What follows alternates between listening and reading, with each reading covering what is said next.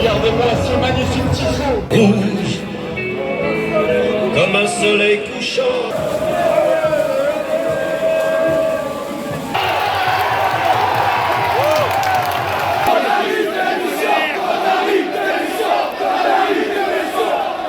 Salut la fine équipe, c'est Nasty et une fois n'est pas coutume, on ne se rend pas au stade Océane mais cette fois-ci on est bien à Valenciennes au stade du Hainaut. En effet on va découvrir l'antre du VAFC qui à l'occasion de la 12e journée de National recevait Bourg-Péronnas. C'était le vendredi 8 novembre 2024. Une rencontre importante pour les Valenciennois dans l'optique de la montée, eux qui étaient 5e avant le coup d'envoi et qui en cas de victoire pouvaient se replacer dans le top 3. Allez tout de suite place à l'action.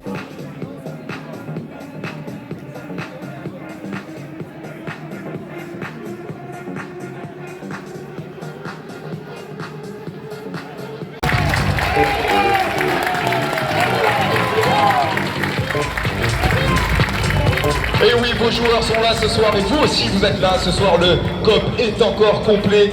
Nadj. L'équipe de Bourg-en-Bresse est coachée par un ancien joueur valenciennois, David Le Frappeur.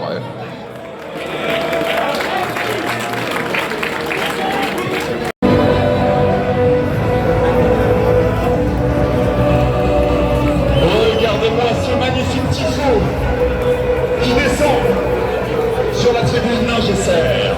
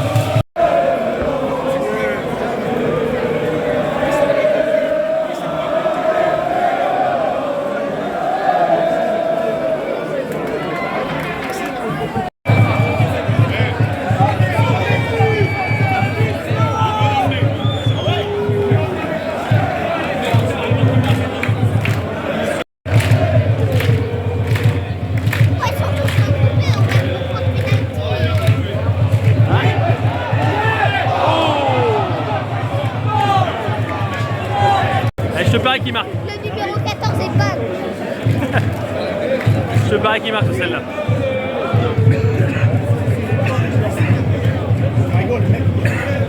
En fait, c'est un grand corner, quoi. Un petit corner.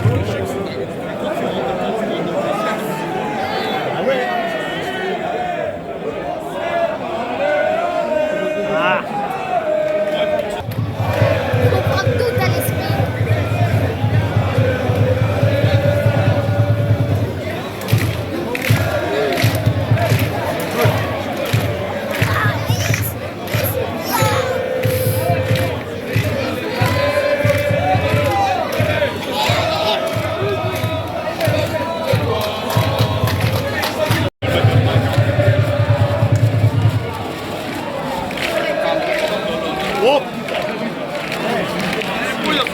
Dans FIFA, c'est toujours celui qui est proche.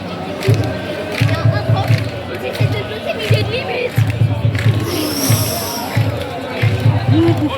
Oh là là, ça revient.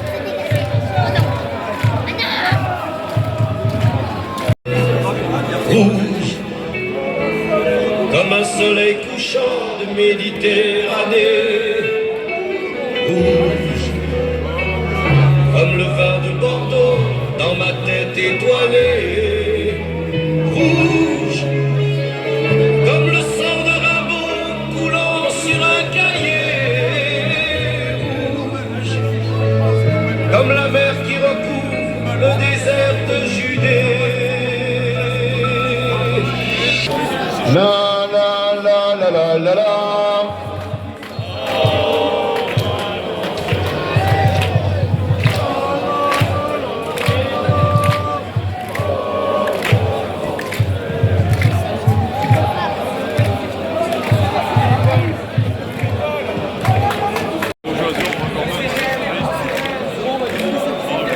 Qu'est-ce que ça veut faire une passe à l'arrière?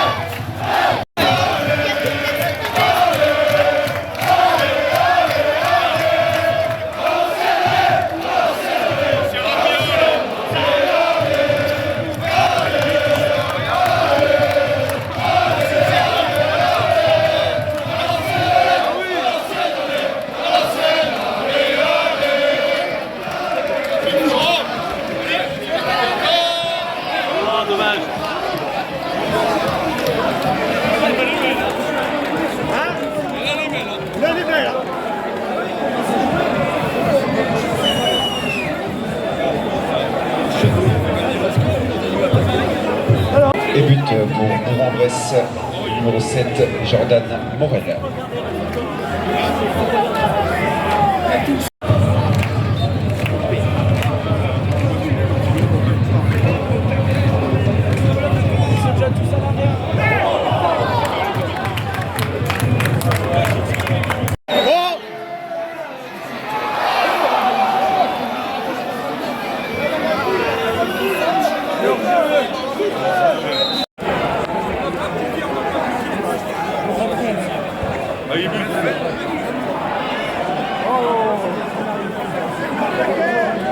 Mais là, retourne-toi, regarde un peu le jeu.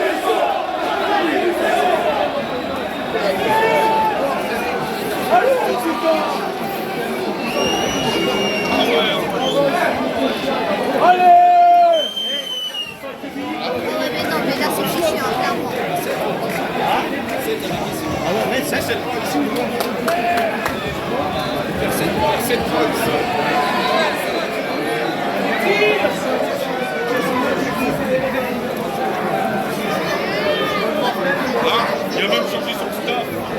Il y a même sorti son staff.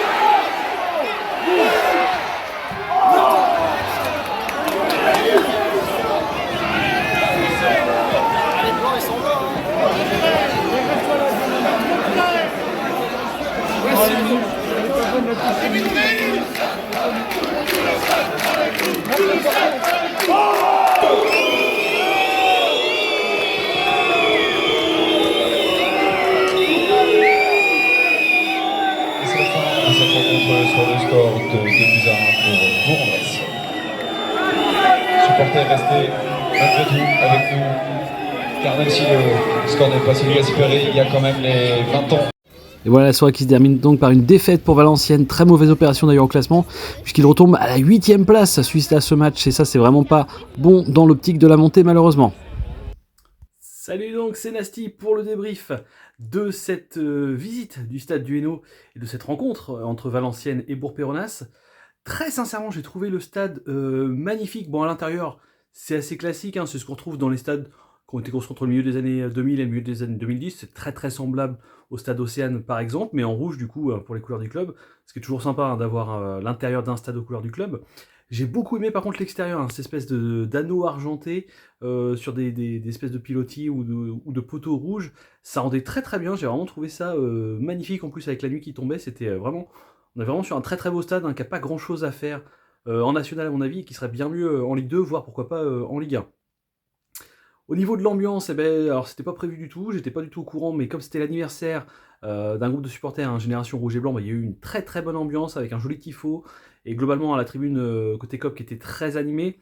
C'est cool parce qu'en plus moi du coup j'étais avec un jeune Valenciennois qui va pas très souvent au stade, donc bah, je trouve ça sympa, hein, qu'il ait pu vivre un petit peu plus de l'intérieur, hein, en plus qu'on était sur le côté de la tribune COP, on n'était pas au cœur mais on était sur le côté. Puisse vivre un petit peu. D'ailleurs, il a bien kiffé, parce qu'en deuxième mi-temps, il l'a bien supporté, il a bien chanté, enfin bref, il était vraiment à fond dans l'ambiance.